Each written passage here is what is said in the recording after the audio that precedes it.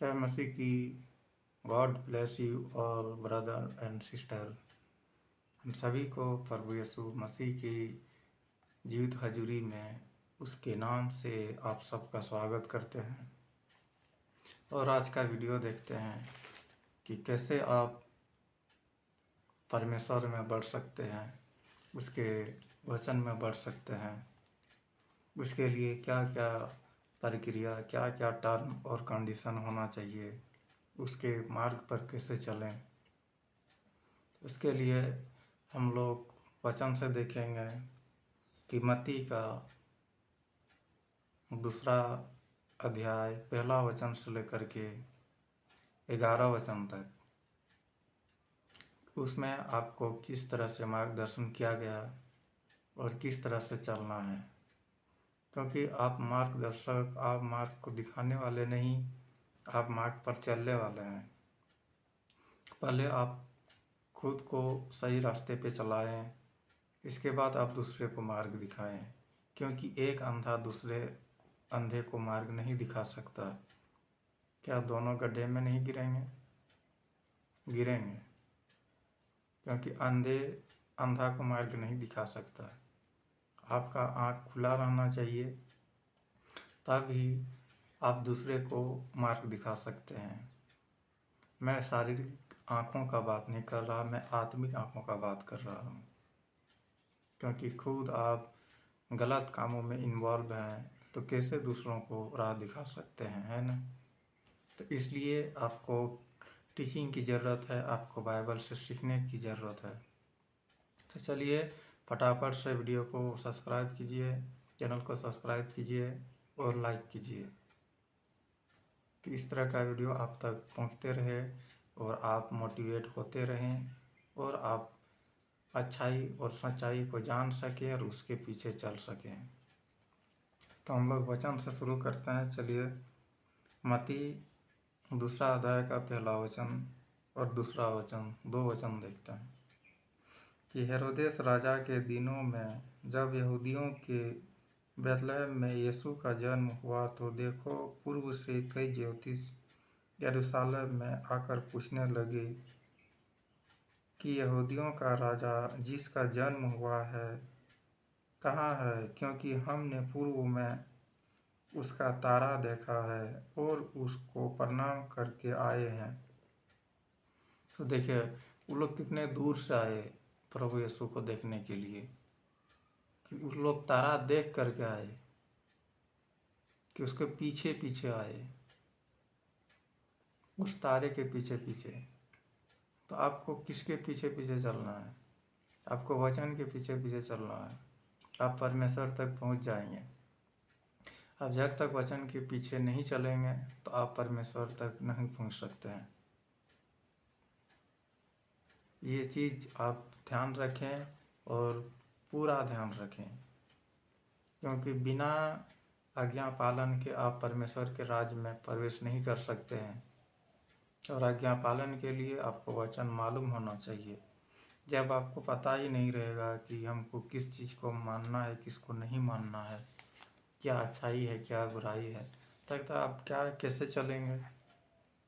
आप वचन को पढ़ेंगे, आप बाइबल टीचिंग को देखेंगे, सुनेंगे, तो आपको समझ में आएगा कि हाँ, अच्छा क्या है, बुरा क्या है, झूठ क्या है और सच क्या है।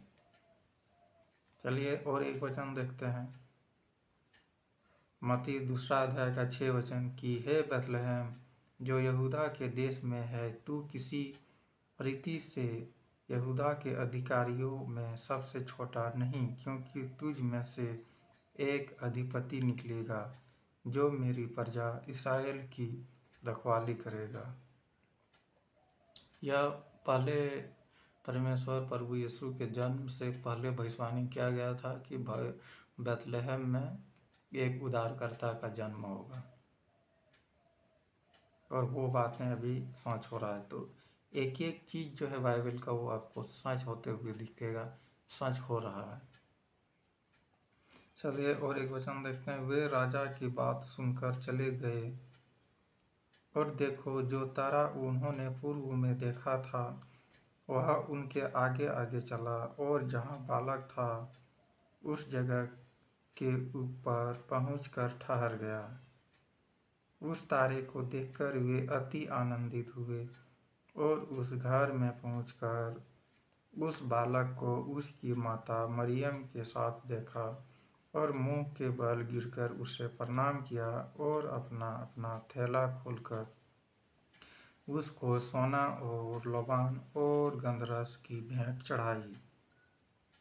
तो देखिए, ये लोग जो आए थे तो ये खाली हाथ नहीं आए थे, अपने साथ बहुत से बहुतायत में सोना चांदी और लोबान और गंधरस लेकर के आए थे प्रभु को चढ़ाने के लिए, कि हम दर्शन भी कर लेंगे और अपना जो दान है वो हम चढ़ाएंगे, भेंट चढ़ा करके आएंगे।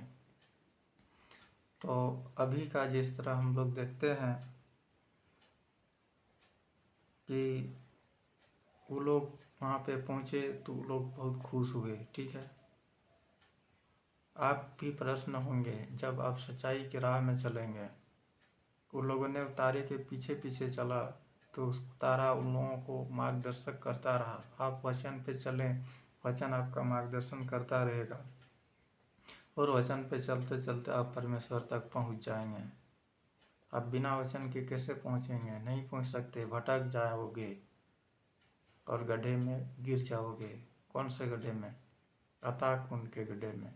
तो उससे बचने के लिए वचन पे चलना, उसका मार्गदर्शन होना बहुत ज़रूरी है। तो आप सामर्थ से भरे रहें और जहाँ कहीं भी आप जाएं, चर्च में जाएं, तो अवश्य अपना भेंट, अपना दशमांश ले करके जाएं और चढ़ाएं और सच्चे दिल से चढ़ाएं, कुड़कुड़ा के नहीं कि ये दे कि नहीं दे, ज़्यादा दे दिए, ये हो जाता मेरा, इससे तो हम ये खरीद लेते। तो ये चीज़ ना करें। अब जितना भी दशमांश दे, क्योंकि वचन में लिखा है कि तेरा दान, तेरा दाहिना हाथ भी, अगर तेरा दाहिना हाथ दान कर रहा है तो तेरा बायां हाथ भी ना जानने पाए। इस तरह किसी को बता के नहीं किया जाता है।